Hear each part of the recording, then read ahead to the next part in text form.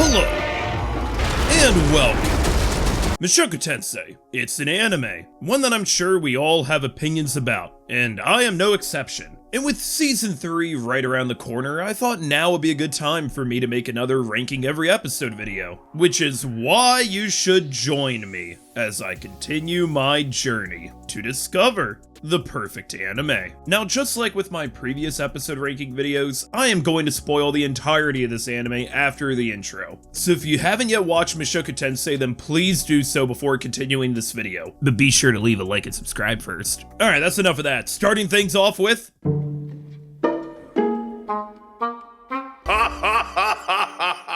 Yeah, doing things differently than I did with my Attack on Titan and ReZero rankings, because I do think there's an episode of Mushoku Tensei that is unremarkable. Now, for the record, I do like the beginning of this episode. Cliff falling in love with Elise and her actually accepting his confession threw me for a loop. And somehow they actually make a good couple? Yeah, this is like when the nerdy guy starts dating the cheerleading captain after she slept with half of the football team, the hockey team, the basketball team, badminton club, chess club, school choir, competitive engineering team, Warhammer 40k club, Magic the Gathering club, AV club, the janitors, that one religious club in the school you know exists but you've never actually seen anybody join it or mention it, the backpacking club, the Latin club, especially the Latin club, the student council body, and the soccer team. And somehow, they make it work. Way to go. But then the second half of the episode is just a total slog. Sure, I like Badagati and him becoming a student is hilarious, but this courtyard scene just goes on forever. And it comes in the middle of Season 2, which I do like Season 2 and Renoa Magic Academy, but I can't put it any other way than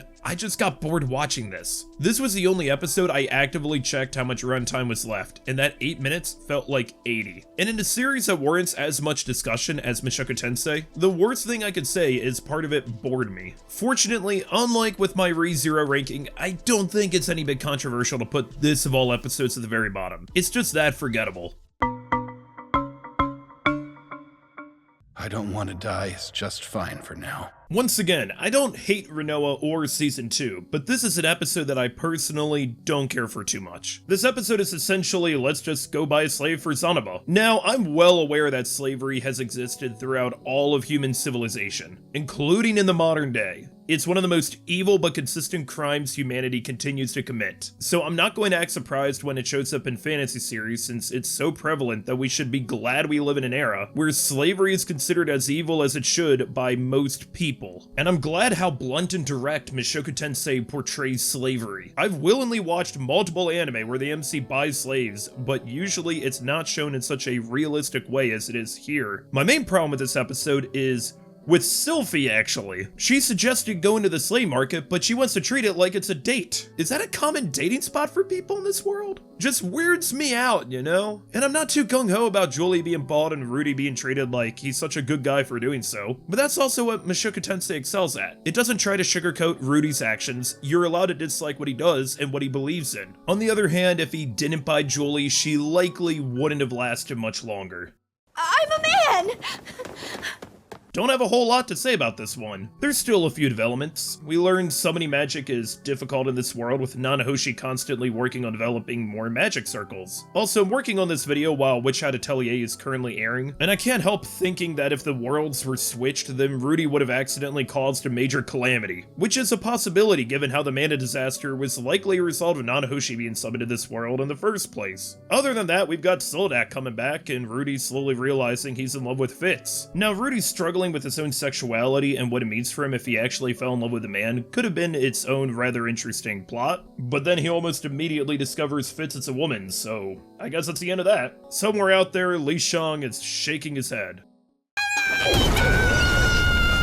Hey kid, you wanna buy a demon eye? Yeah, sure!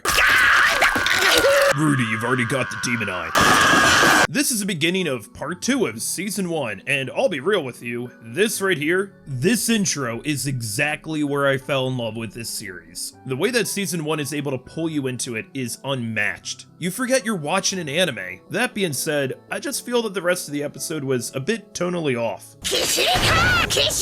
Moves like a Looney Tunes character. Roxy keeps going on Scooby-Doo chases. I did get a kick out of Rudy getting humbled by Ruijerd. This episode episode is hilarious, but jarring when compared to the rest of the series. On the plus side, Rudy's got future sight now, without ever needing to make a contract with the Future Devil, or getting a Gios, or finding the Monado. I have to admit, I love future sight as a power, but I wouldn't want it myself since I likely deal with horrible motion sickness from it. This is the start of when Eris begins to feel inadequate next to Rudy. And then we've also got this great conversation between Rudyard and Rudy at the end. If Rudy chooses a smuggling option, he'd be in cahoots with criminals and break Rudyard's trust. But if he sells his staff to afford the journey, he'd break Eris's heart. They end up going with the stowaway route because they discuss their options and what works best for their journey. This is what coming together and being in an adventuring party is about.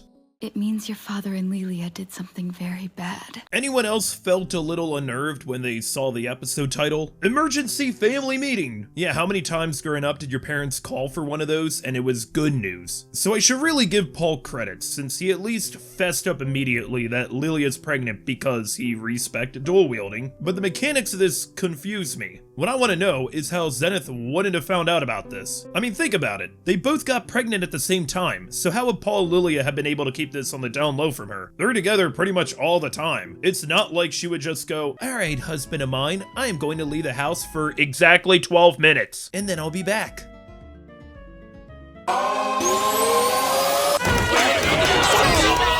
I think Rudy did the right thing here. Even if it is Lilia's fault, Zenith clearly knew she'd be sending both Lilia and her baby to death if she went back home during the winter. And Paul still accepted her desires anyway, so he's not blameless. Plus, there's already personal history between them that doesn't put Paul in the greatest light. So yeah, Paul's a scumbag. But hey, at the very least, we meet Ghislaine this episode. And Ghislaine is cool. Shopping episode! Gee, I wonder where Eris gets her volume setting from. This is where we're introduced to the party Fangs of the Black Wolf, the party that Paul, Zenith, Ghislaine, and others were a part of. And that inspires Eris to want to become an adventurer too. And inspires Ghislaine to want to learn math so she doesn't eat monster poo again. It's just a calm and normal episode. Nothing to see here. Hey, address me! Alright, I should probably mention this here because I shouldn't go any further without bringing up the obvious. So, just gonna say it. You're not supposed to like Rudius and his actions here. Even if he's a young boy, he is still mentally a grown adult man, and not only is he perving on Eris here, but he also doesn't learn from his actions. Throughout the series, especially at the beginning, he constantly does things like this to unnerve you and make this show something that not everyone is going to enjoy. It works. It unnerved me and a lot of the cast too. From early on in the series, when Rudy is just a baby, even Lilia dislikes him, as the very same faces he makes at her are the same faces of perversion and harm that loathsome predators have used to attack her and countless others. If you're somebody who genuinely hates Mushoku Tensei and Rudius, that is totally understandable.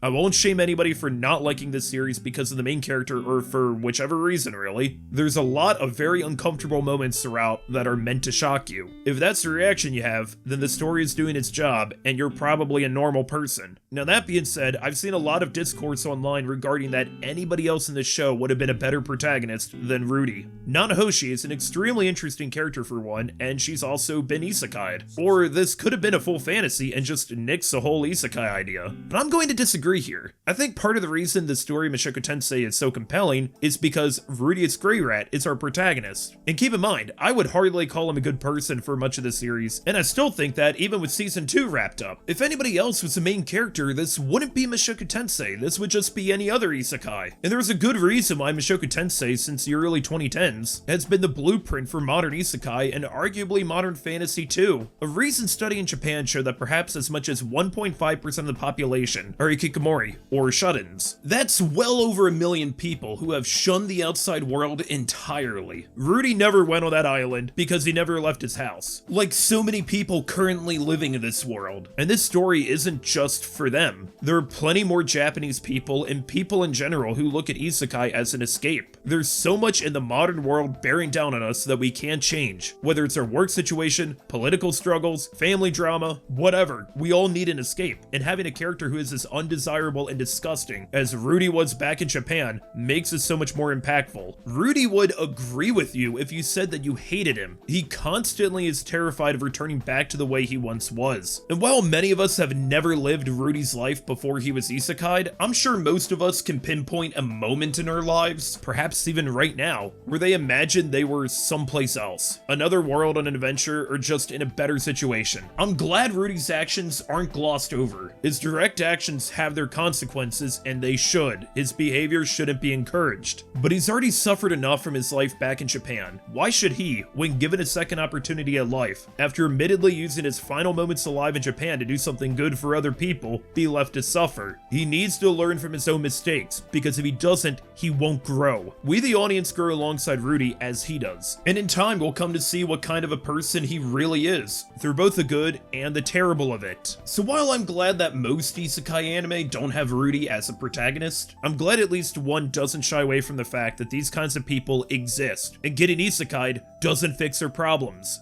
For everything that made Rudy as his past self, he will be confronted by it in this world. Sure, we could have had someone less controversial been the protagonist, and perhaps Mushoku Tensei would have had less of a reputation than it currently does, and be more digestible. However, at the same time, and I know this is anecdotal here, but I have an uncle who's a Midwestern truck driver, and he proudly took out his Crunchyroll app on his phone to show me that he had watched the first 7 episodes of Mushoku Tensei, and he loved it. This is his first anime. Now, maybe the reason he took to this series is because he really liked Elaine and thought she was hot. Hey, great taste. But there's something about this anime that grasped him. It's grasped all of us who have consumed it. This is a fascinating story full of flawed people, as I'll mention again later in this video. And Mushoku Tensei keeps bringing that to the forefront again and again. So there's my opinion on the matter. But this video is meant to be entertaining, so thanks for coming to my TED Talk, and on with the rest of the ranking.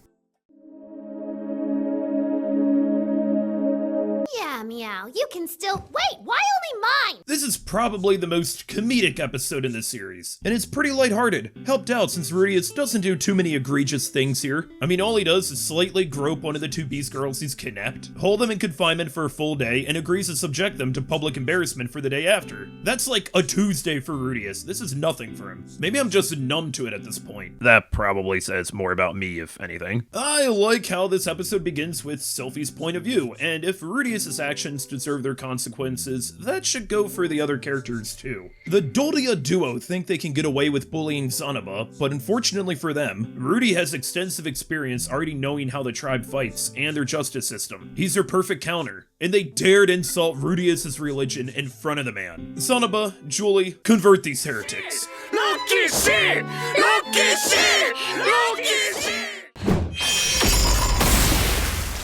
Nice going, Rudy. You nearly killed your future wife day 1 of school. Roxy is my favorite character in Mushoku Tensei, but Elise might be my second. In a lesser series, she would have just been a promiscuous thirst trap riddled with 18 teens. However, in here, she actually has a reason to be this way. Not that she needs to, women can do whatever they want with their bodies, but she suffers from a curse that requires her to constantly screw men. And I thought it was just a funny joke until the episode before this, when she actually pays the men she sleeps with, as if to affirm that this is a fling and they shouldn't get too attached, but also because she's paying for his service. She's much older than she looks, and when she's not bouncing on my boy's dick, she takes her body seriously. She might as well enjoy what she has to do after all. And she accepts Rudy's advice when it comes to looking more physically appealing. She reminds me of one of my friends I used to hang out with pretty often before she moved to Florida. For a while, she was one of my closest friends, and one of the ones I looked up to the most, even though she was known to be rather promiscuous, and felt proud about it. I had no interest in being more than platonic friends with her, by the way, but I always found her outlook on life and relationships to be interesting. Maybe that's why I like Elise so much, and how unique it is to see an extremely sexually active character portrayed in a positive light. One that's realistic too. And hey, we also get Zanaba.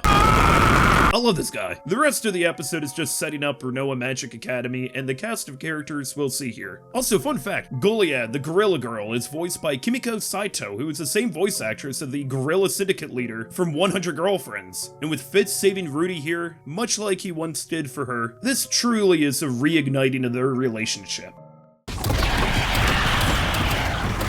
You know this is a fantasy because Rudius buys a house. Hey Zanaba, Cliff, I want to buy this haunted house where people fucking die in it. Do you want to spend the night there with me? Do we? One of the funniest moments of this series to me is Zanaba dropping Cliff and he frantically tries healing himself in the background, while Rudius and Zanaba just ignore him carrying on their conversation. Comedy gold. It's so cathartic getting here. After many nomadic years, Rudy finally has a place to call his own. A home to build a family in. A home to be proud of. And a wonderful childhood friend to marry. And with one less killer automaton to worry about. A perfect start to his new life. One of the things I like the most about Mushoku Tensei is how much of it sticks to show don't tell. Not just the world building, but also for the characters. Like Toland, for example. He's been a party companion with Olin Elise for many years now, and yet whenever she's in the act or talking about performing same class water magic with her pussy, he's completely uninterested the entire time, just vibing on his own. She never once asked him to help her with her curse. This not only does a good job showing that yes, Toland is gay, but also keeps you wondering why Olin Elise is the way she is. In season 1, you think that she's just promiscuous for the love of the game, until you get to season 2 and learn more about her. It's just a nice touch. And like I mentioned earlier, I do appreciate how Mushoku Tensei doesn't shy away from depicting slavery. The smugglers Rudius worked with in order to secure passage came at a huge price. They weren't smugglers, but human traffickers, or beastmen traffickers, same difference. And unfortunately for them, they locked Rurijerd where he could still hear them torturing and killing a child. Yeah, annihilate them. Rudy doesn't always have the purest of intentions, but he and Rurijerd still did the right thing. Cliff's backstory is brief, but to summarize, he was pretty much kidnapped by the Millie's church and raised to be a mage for them, only to harbor desires for adventuring. And despite the title of this OVA, it's really from Cliff's point of view. I love how you'd think the party he tries to join is about to beat him up, but then when Eris saves him, she beats him up anyway. Yeah, that's on you, buddy. Cliff is such an idiot. He wants to be an adventurer without knowing what it's actually like and keeps talking down to Eris, who is so much more seasoned than him. He should just shut up and learn, since I've seen what happens to inexperienced adventuring parties who take on goblin quests. Even though it's an OVA, we've got some real exciting action, and damn, Eris is strong enough to just cut right through these guys, showing Cliff what real adventuring could be like when you aren't a dweeb with your head in the clouds. I also like how Eris uses Rurijerd's name and race just like Rudius does, to help improve his public approval rating. It's not just Rudy's goal at this point too. Cliff ain't the brightest, and even though he's got a crush on Eris, he's still able to tell how highly she thinks of Rudius, someone he doesn't even know. He's mature enough to know he's out of his league. Brutal to know these assassins were actually Cliff's own instructors, and now with them being killed, demons are just going to take the blame for it, furthering the tense relations in Milishon. Sure, the assassins could have been truthful in wanting to help demons, but they still made the mistake of attacking a child. I'm putting both of these episodes together because while they're not consecutive, they still are very similar and feel like a season 1 episode in season 2. We're back at straight up adventuring territory here. First with just Rudy and Olin Elise, and then inside the teleportation labyrinth after rescuing Roxy with everyone else. I'm glad that Mushoku Tensei has the approach to teleportation that it does. I've seen a lot of stories use teleportation way too loosely, and wouldn't society as a whole be overwhelmingly built around it? Like, why would transportation ever evolve further than horseback if you could just teleport anywhere you want? Teleportation is dangerous and can easily be mishandled to cause widespread destruction. The world is still reeling from the mana disaster. Other than that, these are just 2 solid fantasy episodes with great action. We've even got a griffin fight, and griffins are cool, unless you're Senshi. And personally, I've always loved desert settings. Something about such a hostile and dangerous environment with hidden dungeons just appeals to me. Something cool is that in episode 13, Roxy mentioned the exact kind of man she'd want to fall in love with, and everything she said is exactly how it plays out in this dungeon. Except for the part where the dashing man who rescued her immediately starts sniffing her gamer girl funk. He may be a married man, but don't worry, Roxy. His father has mastered dual wielding. He's learned well. Hey, where are you going? We're not done talking yet! Shut up! Oh my god, it's Ruijerd! Yeah! He even clears up some misunderstandings regarding Eris. Ruijerd spent years with the two of them. He knows Eris isn't the kind of person who hates Rudy or would want to hurt him. I love you, Ruijerd. Despite Norn and Aisha being sisters, they're so different from one another. Aisha spent years with her mother hearing about how great of a person Rudius is. And hey, guess who saved the both of them? Norn, however, was alone with her father for years. She was far too young to remember him when he left for Roa, so her first impression of him is of a random stranger beating her father up, humiliating the man she loved and respected the most right in front of her. And she's supposed to just be okay with that? She has every right to feel the way she does. Speaking of saving Aisha and Lilia, the Shiron Kingdom capital looks to be based around South Asia. Now, I'm not too well versed on architecture and I could have gotten the inspiration wrong, but I just love how every part of the world and their cultures are distinct from one another. It's not just copy-paste medieval castle and some plague-ridden peasants here and there, like in most other isekai. Now, despite being pretty experienced at adventuring at this point, Rudy isn't that bright here. He's so blinded by the promise of Roxy that he doesn't fully realize until after he's already fallen into the pit that he fell for one of the classic blunders, right next to getting involved in a land war in Asia. And if you really hate Rudy and want to see him eat shit like this, well, PAX shows that, believe it or not, there are people in this world who can outperv Rudy. Way to go, Hamburglar! Rudius is in luck. Evil Alfredy Newman's days are numbered. He's found a fellow weeb who understands the expert craftsmanship required to perfect Roxy's form. You might think Zanabo's description is way overly detailed, but on the contrary, I have the exact same figure and it works just as he says it does. Maybe that means I can use magic! Expecto Patronum!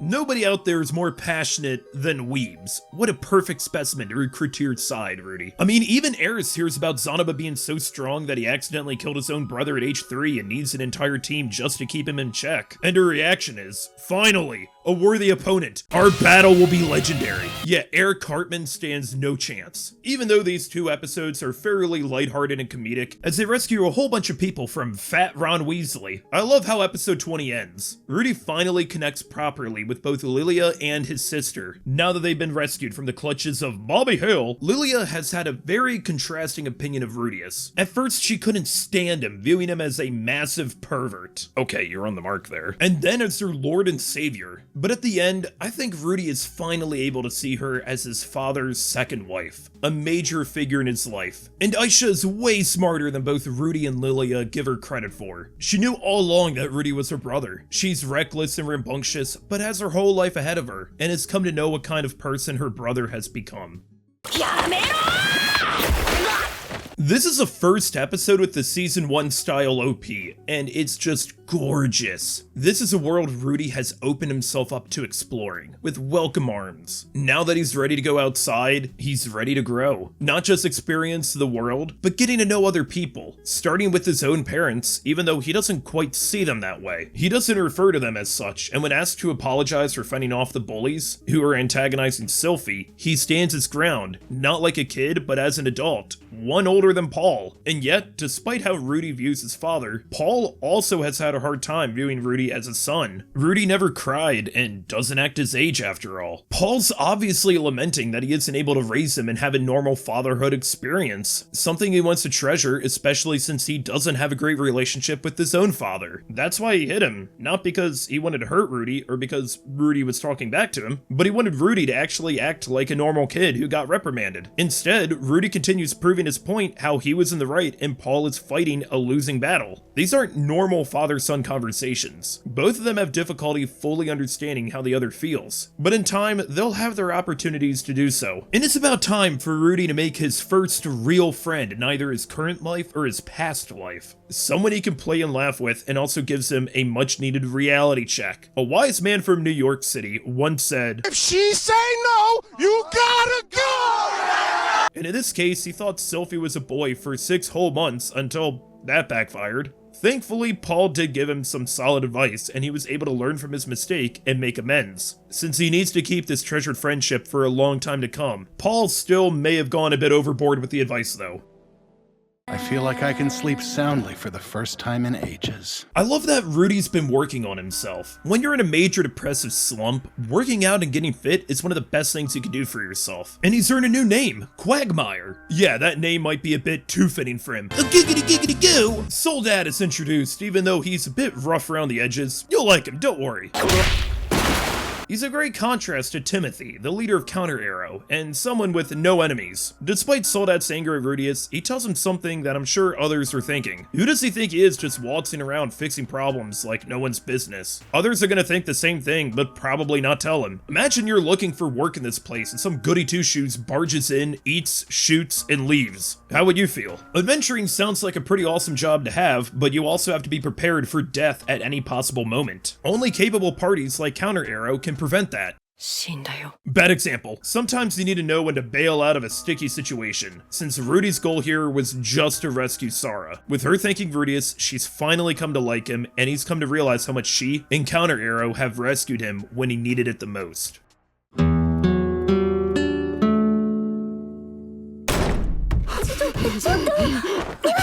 So Cliff is dating Elise, and in this episode we learn that Elise is Sophie's grandmother. Now I can understand why Elise didn't want Sophie to know, given her world-famous DNA collection.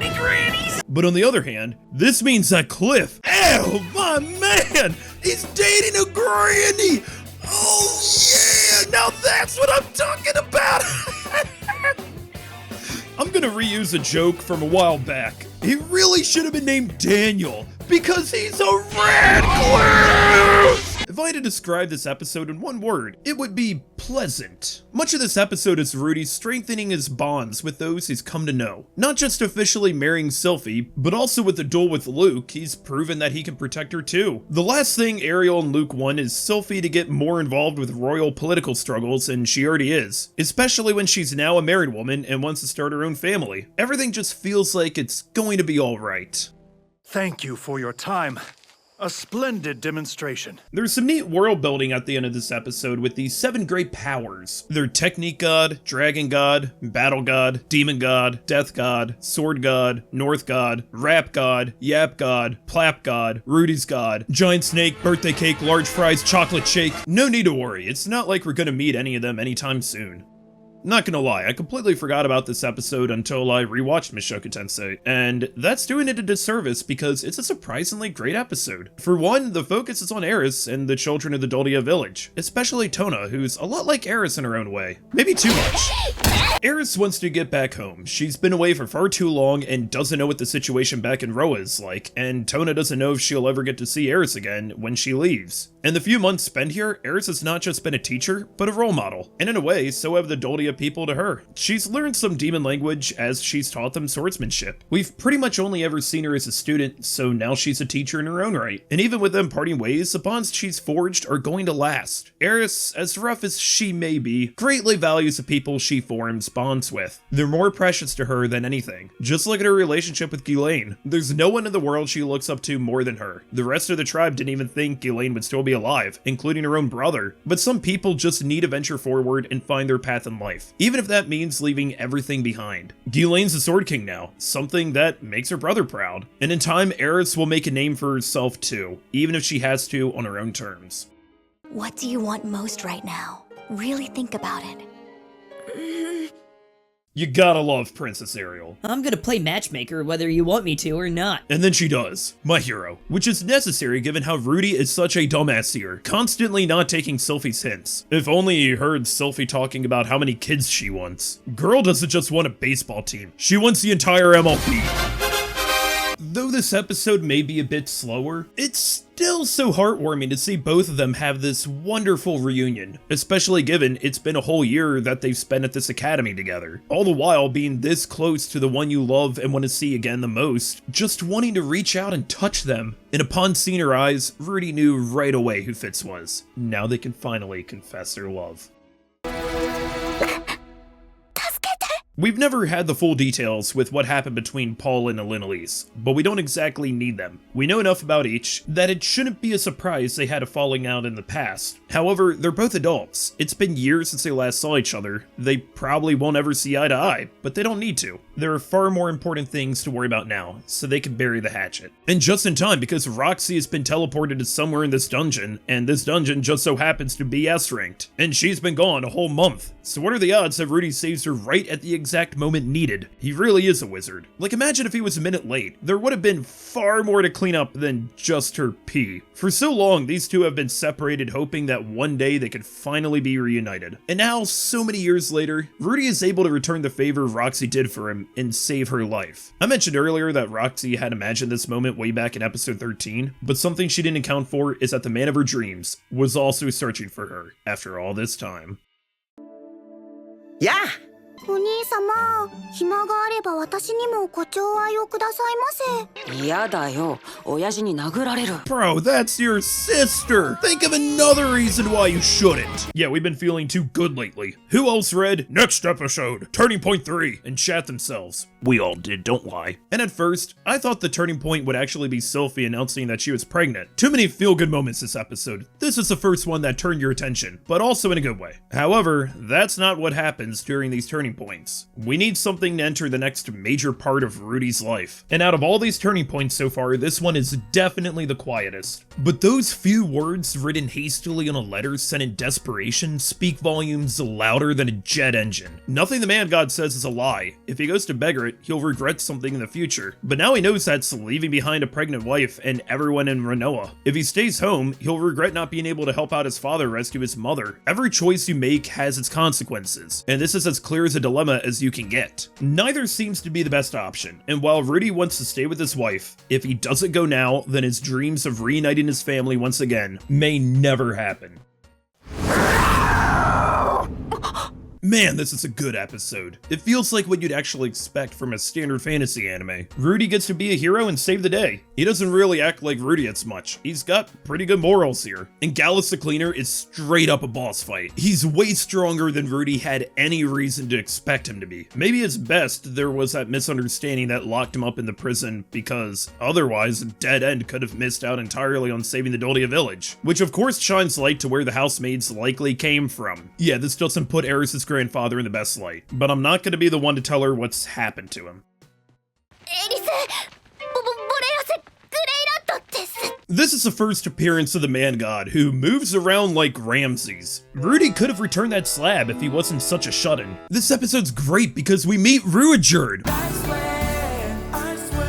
The visual storytelling and context clues are so great in this story. Just right from the get-go, there's so much we can infer about him. We know about the reputation of this bird at this point, but he found Rudy and Eris in the complete middle of nowhere, away from any semblance of civilization for miles in a desolate wasteland, and decided to watch after them, because no child should be in fear of their lives. He's been isolated for an unimaginable length of time too. He speaks of the war where the Superd were cursed by Lapis because he experienced it firsthand. Perhaps the reason why he takes in Rudy so well isn't just because he didn't react like how most people do, but because he sees his own son in him, the same son whose life he once took. But this brought him back to his senses, and now he'll dedicate his life to protecting these two. Even with the Meagard tribe being the only people who he's in contact with, he'll always be an outsider to them. His wish is seemingly unachievable, to dispel the narratives surrounding his people, but through Rudy, there's a chance, one he's going to take.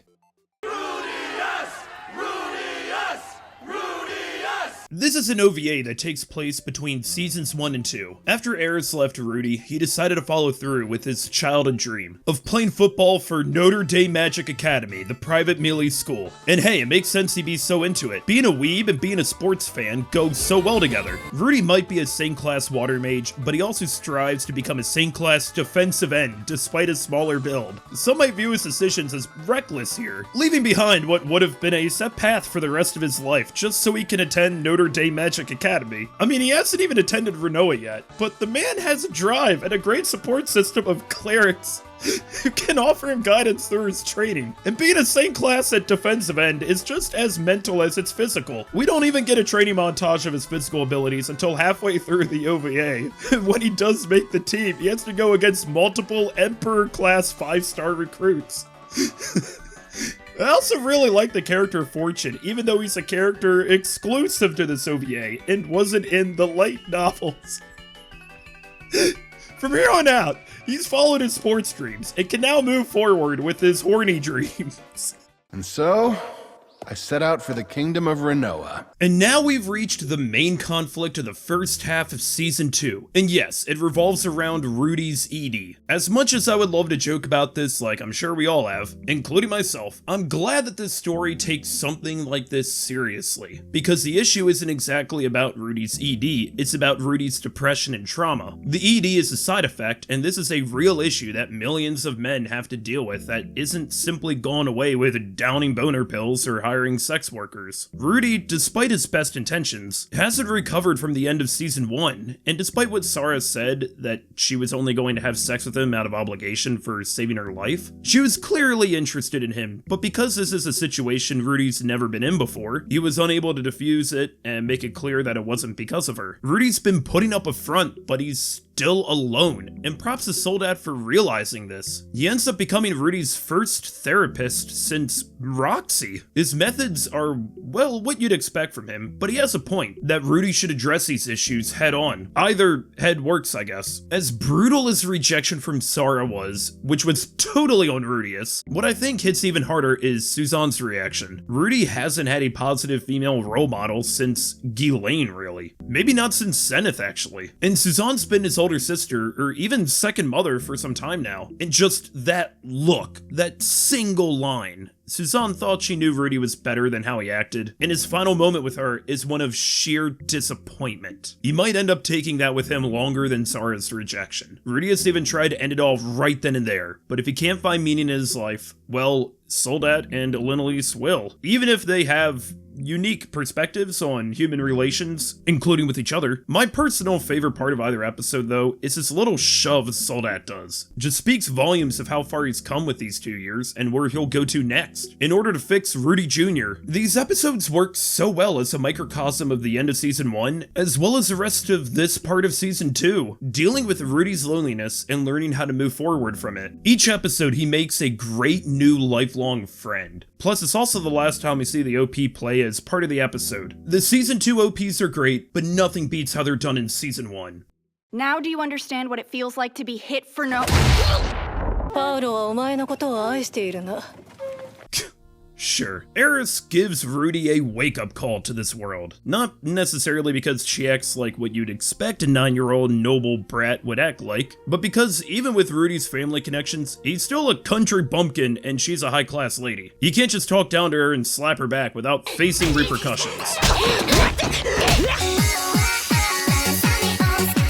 Even if Rudy's plan to fake kidnapping the two of them worked, did he really think this hired mook was part of the plan too? I mean, look at this guy. He's clearly a Waffle House employee. He just got out of a stint in Azkaban. Beating up children is a Tuesday for him, and eating nails is a Wednesday. It's a good thing Rudy doesn't rush in, guns blazing, save the day like any other isekai protag would. He doesn't know the situation and is trying to tutor Eris after all. She's not capable of incantation-less magic like he is, but she is capable of violence. And this is the first real bit of action in the series so far. Ghislaine demonstrates what a Sword King truly looks like. And something I find interesting is the different reactions to seeing these goons getting cut down between Rudy and Eris. Oh my god, the gungeon's done! Oh my god, oh my god, oh my god, but it was worth it. Despite the kidnapping, Eris finally accepts Rudy into her life, even if it's in the smallest way.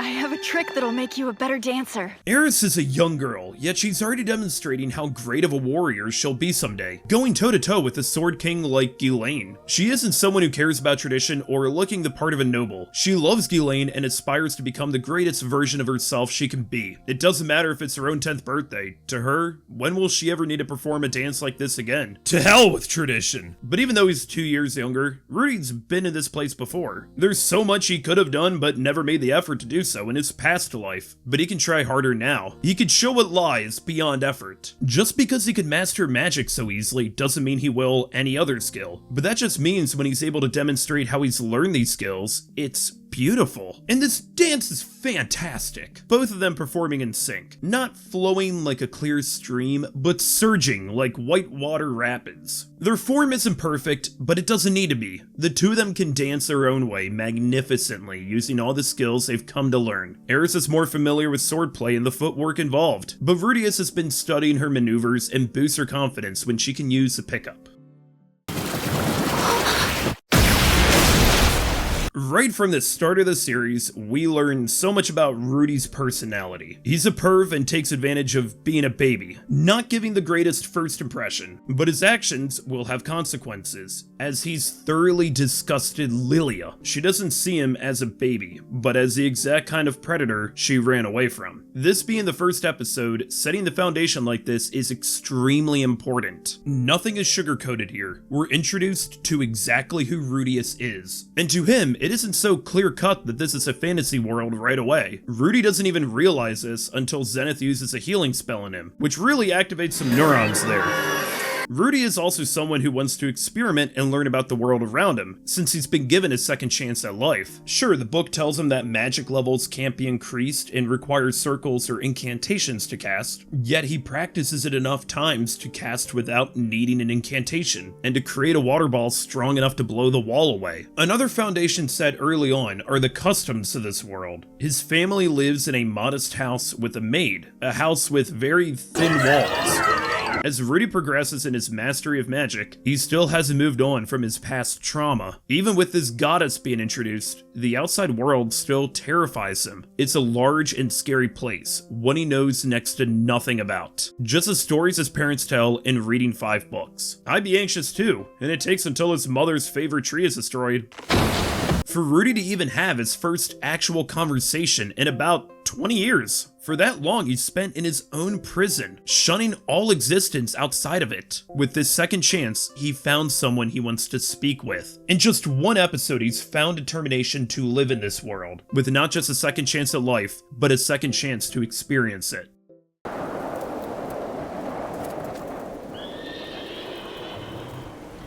But the first episode won't be the only start Rudy has in his life, as there's Season 2's proper beginning, which is so bleak that there's barely any music played throughout. Rudy's alone again, naturally, still clutching on to what makes him feel alive. Yet he doesn't need to be alone forever. Suzanne is such a good person, recognizing a situation without asking further about it. Her kindness isn't something that fully registers with him. He's frozen solid when Suzanne steps in front of a black grizzly to protect him. But seeing Counter Arrow working together, defeating the Grizzlies left and right when they should have been overwhelmed, gives him the resolution needed to focus up and move forward. He's already existed in stagnation once before. Now he needs to put himself back on his feet and learn to live. He still has a mission to fulfill, to find his mother and anyone else from Buena Village. Throughout this episode, you think that Rudy is clutching the hair that Eris left him to stabilize himself, but that's not the case. He has a holy relic of his master, the one who showed him what the outside world is like, and he no longer needs Eris's hair. His master will guide him through to the future, and one day, as distant as it might seem, he will put himself back on his feet once again.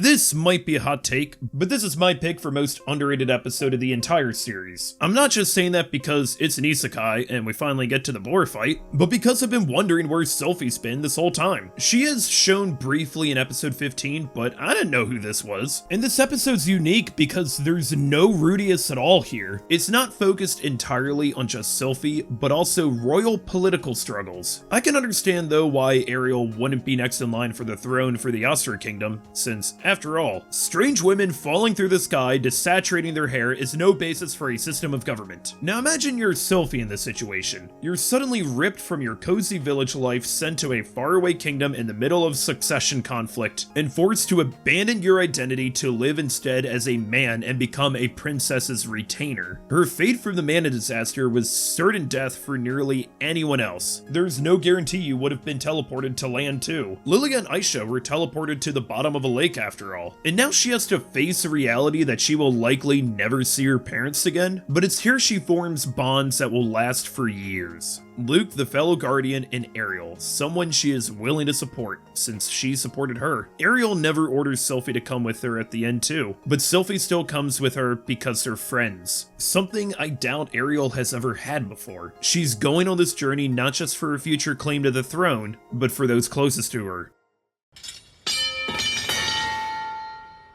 Rudy? Muley Shawn looks unlike anything else we've seen. The architecture is full of white marble. It's like a combination of the Vatican and Ashgabat, but even though this is the city closest to a typical isekai circle town, it feels so alive. Everything seems so neat and orderly, clean, a refuge for weary travelers who've seen it all. The holiest of cities fit for the papacy. It's time to finally take a breather, and for Rudy, that means finally riding back home after adventuring for a year and a half. Although it's rather unnecessary given how his father is right there in the city with him. The reunion is anything but sweet. Rudy goes on and on about being in an adventuring party, how great it's been, how much fun he's had. He even calls Paul father for the first time here. Heck, the guy found some panties and decided to just wear it right then and there, like the enemy of women everywhere that he is. But this isn't a proper family reunion. This whole time he's never written a letter, he's never searched for other victims, he's never even considered who else could have been involved in the disaster. To him, it was just Eris, Ghislaine, and himself. But no, all of Buena Village got Roanoaked. Many of the survivors have been caught and enslaved, and when confronted with this behavior and lack of assistance, he lashes out at Paul, and even has the upper hand here due to his demon eye. But right in front of his sister, who has never properly met her brother, he left when she was a baby. To her, he's a brute wailing on her father for no discernible reason. Rudy is flawed. Deeply flawed, but he still has done a lot of good for other people. He started Dead End to survive with Eris and to clear Ruijerd's name. They've traveled far and helped a great many people, and soon Paul and Rudy will be able to come to terms with one another, since they really need to hash things out. But for now, they need to calm down, and fortunately for Rudy, Eris is willing to give a hug when he needs it the most.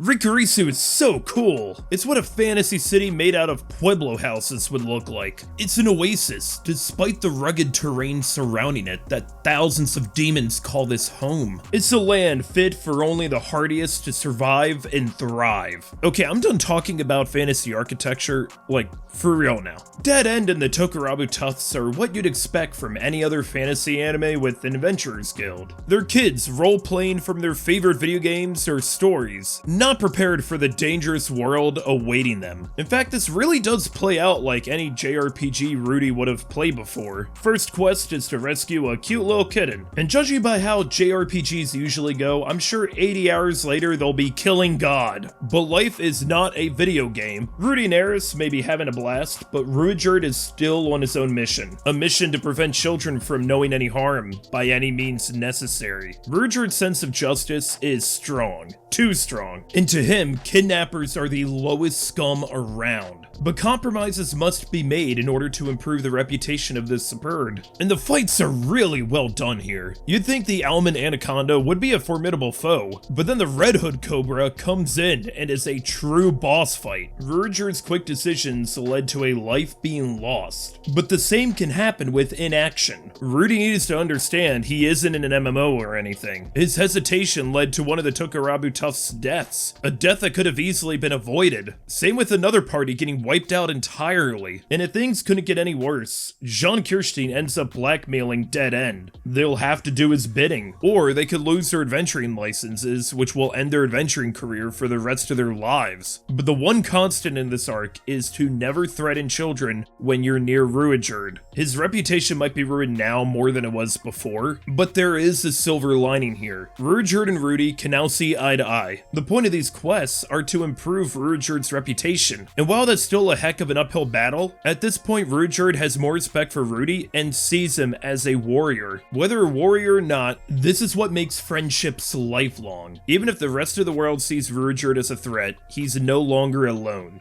Dead End isn't just an adventuring party, they've become family. This is one of those episodes. The kind that lull you into a false sense of security. The kind that know how to subvert your expectations. Last episode we ended with the ominous orb in the sky, but at least Eris's grandfather says it's a good omen, because he wouldn't want to believe otherwise. In this one, Rudius now has come to terms with his life in Roa. He's been fully accepted by the Boreas family, both by Eris's grandfather and mother. He receives his staff, Aqua Hertia, custom made just for him. But there's still something off. Eris's father is interested in Rudy in order to take over the Boreas family through a coup. He's even ready to go now. Monsters have been acting up all over the region, and that orb is still just hanging over everyone as it has for 2 years now. And then there's that scene. Now I've already talked about Rudy's behavior earlier, but he gets what he deserves. Eris is clearly set up by her own father for this, and neither of them are ready for something to happen tonight. And what Rudius says after getting stomped on is right. This isn't a dating sim. You aren't gonna max out your bond with her by just showering her with gifts. This is your real life now. You need to accept responsibility for your actions. The foreboding feeling continues and continues, flashing through the lives of multiple people at this moment, until it all accumulates to... She missed you so much and was so lonely without you, and this is how you choose to treat her? The first time I watched this episode, I was worried it would be just as melancholic as the season 1 finale. Rudy needs to bring home the news about Paul's death and Zenith's condition, and if those weren't enough, when Rudy tells Sylphie he has something important to talk about, I felt my stomach drop, and he just comes right out and says it. Hey, wife 1, you want to meet wife 2? Honestly, I don't know if there was any good way to break the news. I am wife number 1. What the hell's going on? Either way, Norn still would have had this reaction, and she's totally justified here. So what if Sylphie said he could take a concubine? Rudy promised her he'd stay faithful, and he couldn't keep his word. I did chuckle at Norn saying that Roxy isn't much older than her, but even more when Sylphie said she expected Rudy would bring another woman home. I mean, is she wrong? Maybe Sylphie is a bit too welcoming of Roxy. Norn, I told you he would cheat! Cough up the $5. God damn it. But on the other hand, this is a different world with different customs. Only one major religion believes in monogamy, and it's the one only Norn in the family is a follower of. Plus, Sylphie was close to the Grey Rats growing up, even after Rudy had left, and saw how a healthy polygamous family got along. I'm not saying I agree with her or anyone necessarily, even though I've made plenty of videos talking about harems I like, and will continue to do so in the future. I genuinely believe harems or polyamorous relationships wouldn't work for most people. It's just all the cards are lined up here that it could work for the people involved. And I'm sure Sylphie is glad it wasn't Nanahoshi. What really makes this episode excellent for me is the conversation Rudy has with Paul's grave at the end. After all this time, through everything he's experienced, he has his regrets with how he treated Paul and Zenith, but he's their son. He wants to live on because of the life that his parents gave him. We all know he's going to make mistakes in the future, but he wants to live a life he can be proud of without regrets. Roxy! No amount of seasickness can defeat Ruijerd. He's just built different. You would have thought that pig guy who got wiped out immediately and John Kirstein were once in a party with Roxy. They really balance each other's strengths, I guess? Maybe the pig guy was emergency rations. How fitting is it to have an episode of Roxy reuniting with her family right after Rudy reconciling with Paul? To the Meagard tribe, Roxy effectively has a disability, and I appreciate how Mushoku Tensei portrays this. It isn't played for laughs, it's handled like it should be. We've already seen how conservative the Meagard tribe is. They don't have a great opinion on outsiders. And since the rest of the tribe communicates telepathically, if Roxy can't do so, then she's an outsider too. Despite the rest of the tribe's rejection, her parents still love her. They even taught her how to speak, even if it's unusual for the Meagard tribe. But she's still left on her own, as she believed her parents would feel better about themselves if their daughter wasn't an outsider. But that's in the past. She's been away from home long enough now, and her parents have been wishing one day to see her again, never letting go of their love for her. The visit was worth it too, not just for Roxy to reconnect with her family, but to learn that Rudius is still out there. One day she'll be back, and maybe by then she'll have a family of her own too. My real name is Nanahoshi. Nanahoshi Shizuka.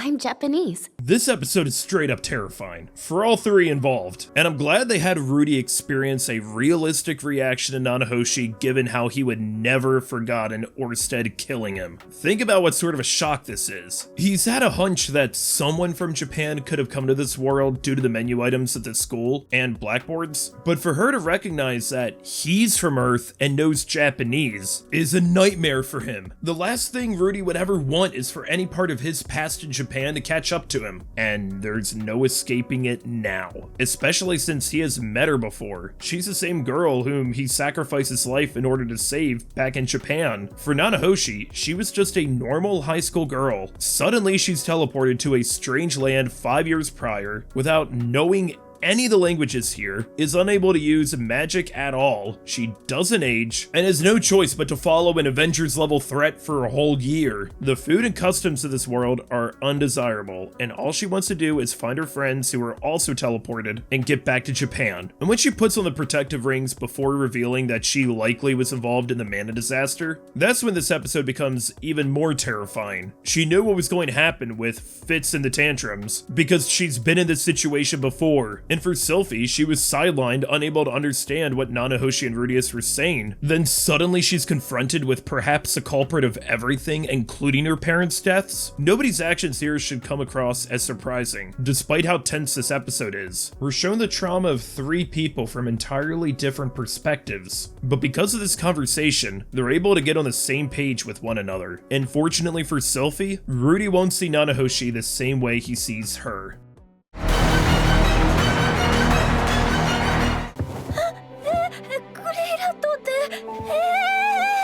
I'm more than fine with Rudy not deflowering Sylphie in this cave. Like, buddy, is this the most romantic location for something like this? At the very least, it wouldn't be comfortable on either of your backs. And for all we know, the Goonies could be right around the corner. So now they've got ample time to catch up. Hey, how does Ariel know so much about seduction? Are we gonna get a buddy cop spinoff with her and Elena Elise? Honestly, this episode could be pretty funny. Luke, especially, is pretty hilarious. Well, I like my women how I like my coffee. Big tits. Plus, we get to see the same potion that was originally introduced way back in episode 6. Yeah, this ain't your granddad's Blue Chew. This stuff is a real killer. You'll be laying so much pipe they'll have to call Mario. This will make you experience a full mast, fit for the finest Spanish galleon or Chinese junk. It will last more than 4 hours. Don't bother calling a doctor. Call a priest, cause this bad boy's got some demons in it. I love how accurate this portrays having your first time. Sure, Rudy's had sex before, but it's a brand new experience for him too. This is when you know what's about to happen. When you and your partner are on the same page. You could be doing something completely unrelated, but in your mind, you're counting down the moments to when it happens. And above all else, you're beyond nervous. You're about to show someone else a side of you you've never shown anyone. You're delaying the moment until it just can't wait any longer. Losing your virginity in such a way is so beautiful. It's a moment they're never going to forget. It's not just having sex for the first time, it's crossing over to adulthood. And then the morning after, there's that brief but terrifying moment. Realistically, he shouldn't have any reason to feel that he's been left alone again, but it makes sense he wouldn't be thinking rationally about that until Sylphie shows up. And when she does,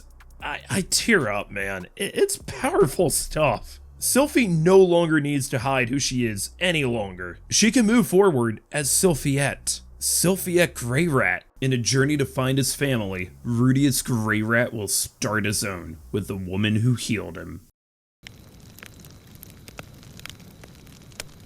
One of my favorite videos I've made yet was about this episode in particular, which I called Mushoku Tensei's most controversial episode. And even though I have my problems with both Rudy and Roxy here, it's still one of my favorite episodes in the entire series, since it's the episode I find the most interesting, and it's likely the episode I've watched the most at this point too. This is because of how it shows what I believe to be the main theme of Mushoku Tensei, that everyone is a flawed person. Roxy had sex with a man who's married and emotionally vulnerable. Paul cheated on his wife and is a philanderer. Lilia seduced Paul while living with the Grey Rats. Elise takes her friend's side over her own granddaughters. Eris left Rudy behind, only leaving her hair and a note. Ghislaine abandoned her home tribe to where they didn't even expect she'd be alive. Ariel hid Sylphie's identity and couldn't look for her parents. Lou called Sylphie flat. Cliff is a Bible thumper. Sylphie gave Rudy advice how to punish Persenna and Linnea. Persenna and Linnea kept stealing girls' panties and bullied Zanoba. Zanoba willingly bought a slave. Rurjerd is willing to kill people who may not have needed punishment just because they're threatening children. I once ranked episode 13 as the worst episode of ReZero. I don't believe that anymore, by the way. Rudy is Rudy. We all make mistakes in the heat of passion, Jimbo. And I could keep going on. None of them are perfect people. Every one of them has done something you shouldn't agree with, which makes them feel so compelling, makes them so memorable.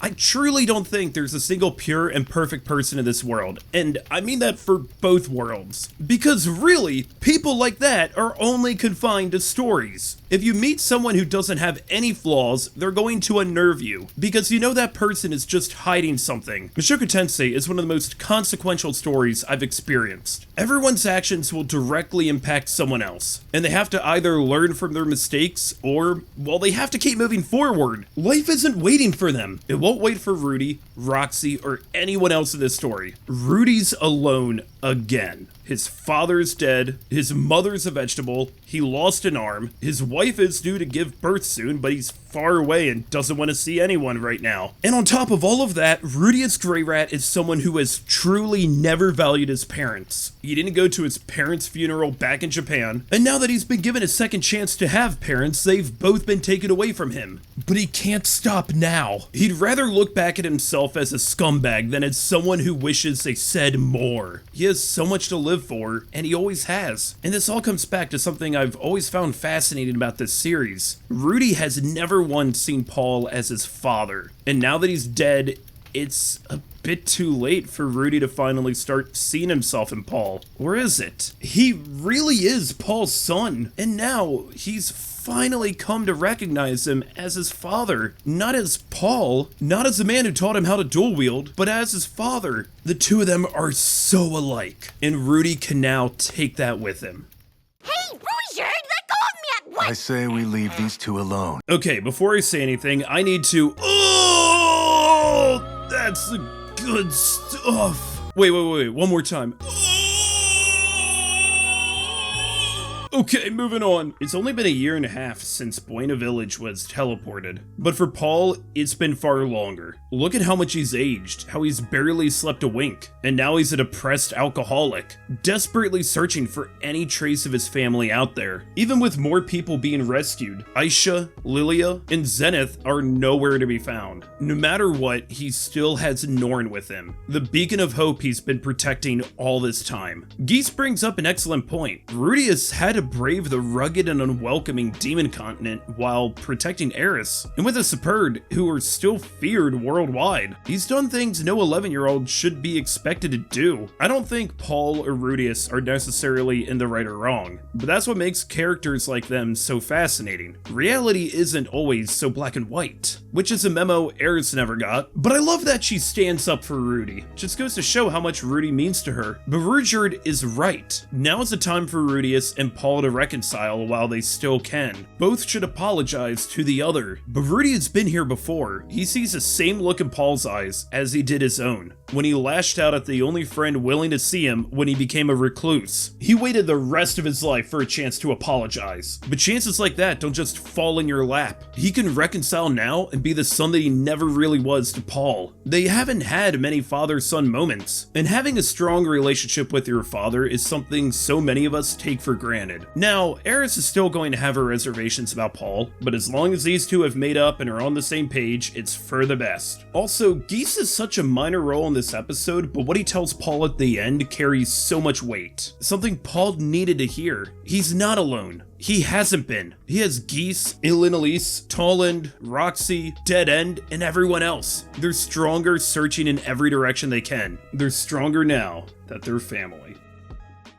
Rudius, you and I aren't well matched right now. Rudy's nightmare is heartbreaking. Everyone you've come to know and love in this world is taken away from you because a new threat emerges that makes you fear the world around you once again. The trauma from encountering Orsted risks resetting everything, especially that after all of their adventures together, Dead End is coming to a close. Rudyard's exit begins the closing of Season 1, and it's handled with as much sentimentality as it should. Rudy's actions have consequences. That's been a constant in Mushoku Tensei, and usually that pushes people away from him. But the reverse can be true too. Consequences don't equal punishment. In the case of Rudyard, Rudy went out of his way to help someone who's been alone for 4 centuries, without a shred of prejudice in his mind. To Rudyard, Rudy didn't form a party with him because the man God told him, or because he needed a warrior. Rudyard and the Spurred tribe haven't had the reputation repaired because he shaved his hair. None of that matters to him as much as a curious boy one day decided he wanted to be his friend. For Rudyard, the last people he could call family were corrupted by Laplace, and for Rudy, the last person he called friend left him after a fight and never returned. They're truly the only ones in the world who could understand each other. Rudyard needs to go off on his own to continue his story. Rudy and Eris still need to get back home, and Rudyard knows that they're going to be alright. Rudy and Eris finally make it back home, and at least Alphonse and Ghislaine are safe. But that's it. There's no final goodbyes, no reconciliation, no progress report. Philip, Hilda, and Saros are dead. And now Lord Pilemon thinks he could just take Eris in as his plaything? I can't imagine how this made Eris feel, especially that she's only 15 years old. How is any girl her age supposed to take this news? And then comes the night scene. It's just Rudy and Eris in their own slice of the world, and they finally have sex. Sex here means something entirely different for both of them. For Rudy, it's something he's always dreamed about, long since before he was isekai'd. He never thought he'd be here. However, when it's over, there's going to be a rush of emotions you weren't expecting. When you come back to reality, life carries on. It's simply the next day after, and nothing else outside of this small slice of the world has changed. Rudy is still the kid he's always been, but Eris has changed more than he noticed. For her, this was her making good on a promise she made years ago. I know it seems brutal that she Dear John'd Rudy this way, but what other options did she have? She could go through with what Alphonse suggested and abandon everyone else becoming a court concubine, and she'd be giving up on her dream of becoming a warrior all because it's what she's supposed to do? She could bring Rudy along with her in her next journey, but she'll always be compared to him, even if it's just in her own head. She wouldn't want Rudy to be dragged down with her situation and deliver this coup de grace. It's her turn to make her own path forward, unburdened by family politics or dragging Rudy down with her. She set him free, even if Rudy doesn't understand. And even while he's in this state,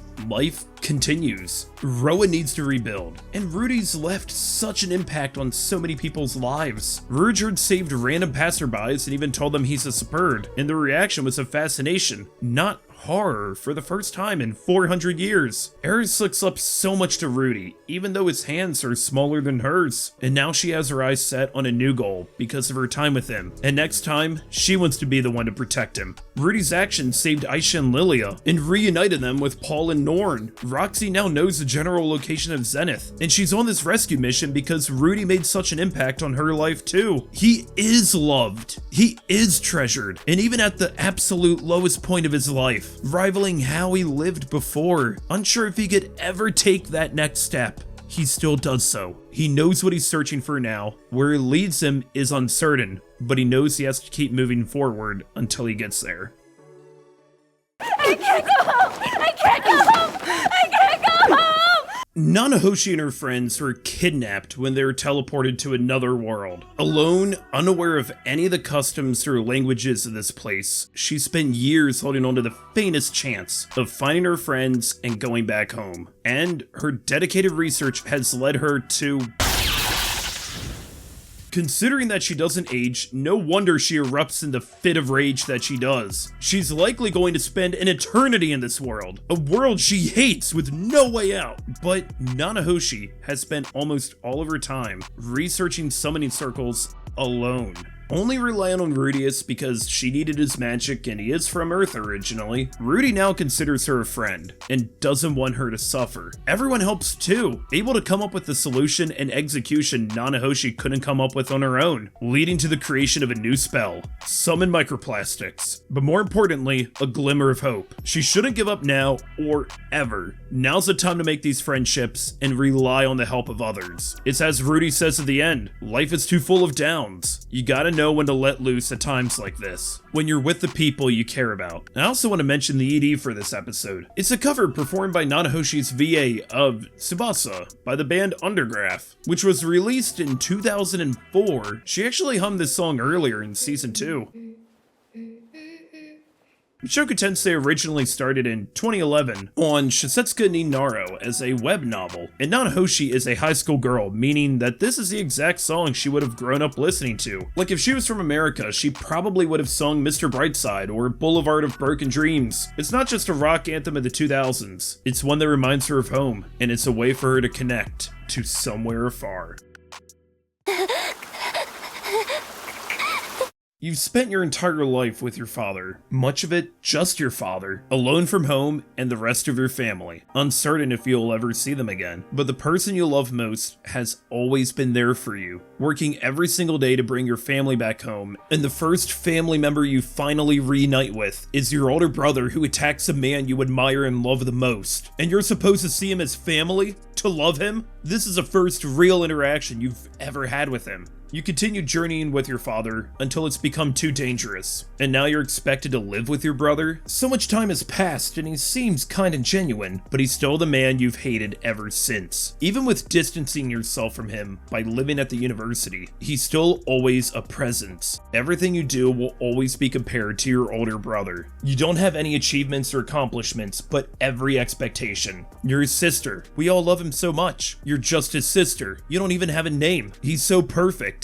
And you're just his sister. So you retreat to the only part of the world where you won't be compared to that man, where you can just be yourself. But if there's anyone who can empathize with what you're going through, it's him. He was once in the same place, and while his own brother tried to reconcile with him, tried to reach out to him, he never moved an inch. Because despite the good intentions, it was a lecture without empathy. But your older brother won't let you go through life the same way as he once did. And in a moment like this, the most important thing to say is sorry. And nothing else can compare. He doesn't want to talk down to you. He wants to listen to you. And when you finally look at him for truly the first time, you don't see your older brother. You see the man you admire and love the most. He's not perfect. He's not a villain or a hero. He's not angry, and he loves you. He wants to just stand next to his sister. And in this moment, nothing that anyone has ever said to you matters more than this. Your relationship with your older brother is repaired, made stronger than ever before, which is something that your older brother wasn't able to return to his older brother. But perhaps one day in the future, there may be a way for him to tell his older brother that he's sorry and to thank him.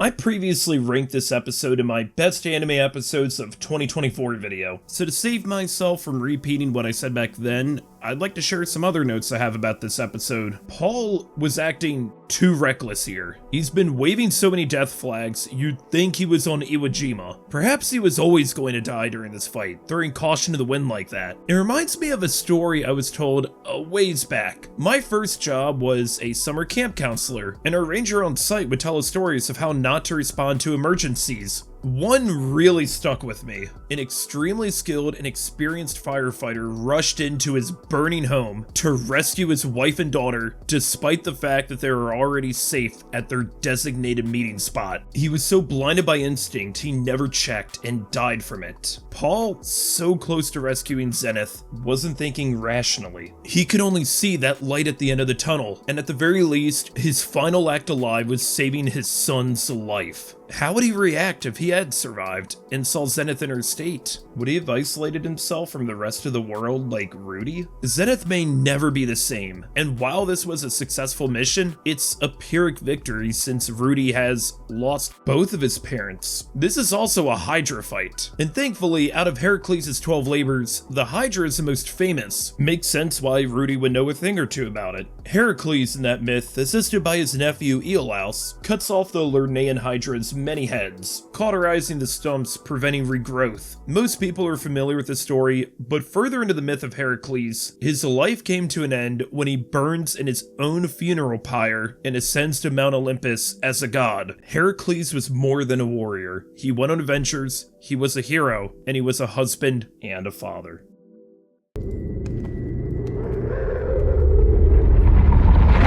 You know an episode is a banger when it begins with the main character's death. And it's not the only bit of foreshadowing at the beginning. With the fight between Ruijerd and Eris, Ruijerd calls her a warrior finally, even though she couldn't beat him. It's as if to say, nobody can beat him in a fight, and therefore she's earned the right for coming the closest, which just makes what happens hit even harder. The moment that Dragon God Orsted appears, everything freezes. Not just because of the terrain they're passing through, but because this is death personified. Even Ruijerd is frozen in fear at his presence. There's every reason for Rudy to shut the hell up. I mean, even their ox jumped off the mountain to its death. And if that wasn't enough, Orsted somehow knows about them all, except for Rudius. This is how you introduce a villain. Or perhaps that's not the right way to put it. We learn that Orsted is cursed to cause paralyzing fear in every living thing in this world. From children to adults, from dragons to cattle, life is incompatible with Orsted. He is, after all, so strong that he could end the world as it's known by himself. Ruijerd, Eris, and Rudy are nothing to him. The only thing holding Orsted back are his other curses. He wishes to kill the man god. For which purpose, we don't know. But Rudy is the second person Orsted can at least see eye to eye. We finally have a clear threat present in this world. One found not just in legends. One who is essentially a walking natural disaster. One who can easily kill Rudy, and also revive him. At some point, Rudy will have to confront the inevitable once again. As long as these two exist in this world, it's bound to happen. And this is what I'm sure most people would consider Mushoku Tensei's best episode. But before I get to number 1, I just want to mention that when I first made my Attack on Titan and ReZero episode rankings, I wasn't too sure which episodes would end up topping the list. I had a general idea, but that's why I'm glad I rewatch these series again when I make these kinds of videos. My opinions can change over time. For Mushoku Tensei, the episode I chose for number 1 was always going to top this list. It's truly one of the greatest episodes I've ever seen, and that episode is... Thank you for everything!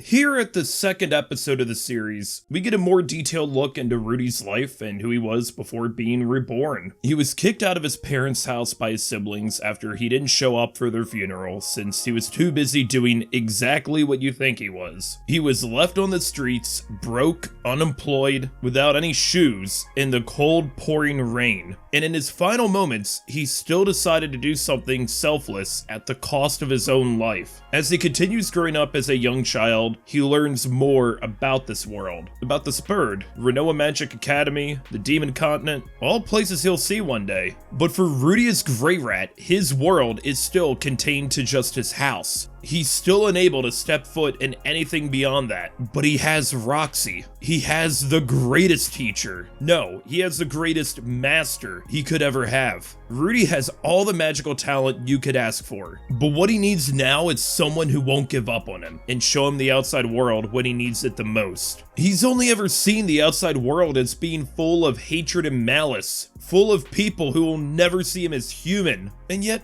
Buena Village is calm, peaceful. No one here has any reason to hate him, and they welcome him with open arms as they have Roxy for the past 2 years she's lived here. It's a perfect environment for him to finally take that breath of fresh air, to display what an incredible mage he's already become by creating a thunderstorm out of thin air. He's done it. He's passed. He no longer needs to be taught by Roxy since there's nothing more she can teach him. And in only 2 years, in just 2 episodes, she left such an impact on him. One he'll never forget and spend the rest of his life thanking her, his master. Yes, this is an episode where Rudy steals her panties, but it's also my favorite episode of the show. At the start, he's unable to even set foot outside, and by the end, he's running forward, towards Roxy, and towards the future that awaits him as he continues to learn and grow.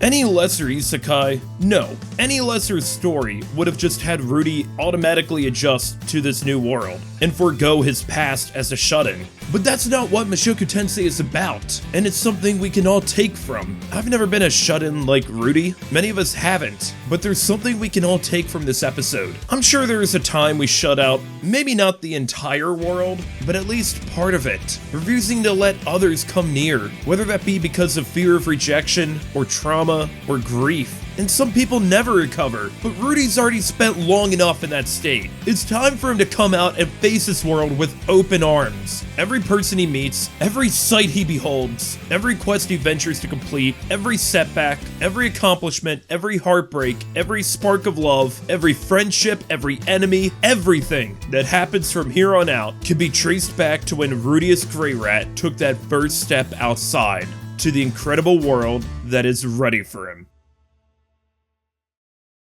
As it brings us one step closer to finding the perfect anime. Hey, thanks for watching. I wanted to get this video out before Season 3 started, so apologies with how few videos I've made lately. I've been working on this one for a few months now. Mushoku Tensei is a very special anime, but one that not everyone is going to agree on, which is fine. Once again, if you don't like this show for any reason, that is entirely okay. I won't shame you, but it still means a lot to me and many others too. I love to continue this and rank the future seasons. However, I'm going to be completely honest. I think it's more likely that I'll wait until Mushoku Tensei completes before ranking future episodes. Ranking each season of ReZero's episodes is something I can do, but having multiple anime I'm doing that each season is a bit much for me personally, and frankly, there's a chance this video could be received horribly, and if that's the case, then I might just never cover the show anymore. We'll just have to see. But at the same time, I really wanted to make this video and rank all these incredible episodes. The next anime I rank every episode of will more than likely be one that's already completed. I'm not sure which one yet, so I guess I'm up for suggestions, but stay tuned for that. If you enjoyed this video, then be sure to sub Fantasy Architecture for more dual wielding. Thanks for watching, and I'll see you in the next one. Okay, how do you pronounce this? Is it Mushoku? Mushoku? Milkshake? McDonald's? Moo shook me all night long? Alright, the video's over. You can leave now.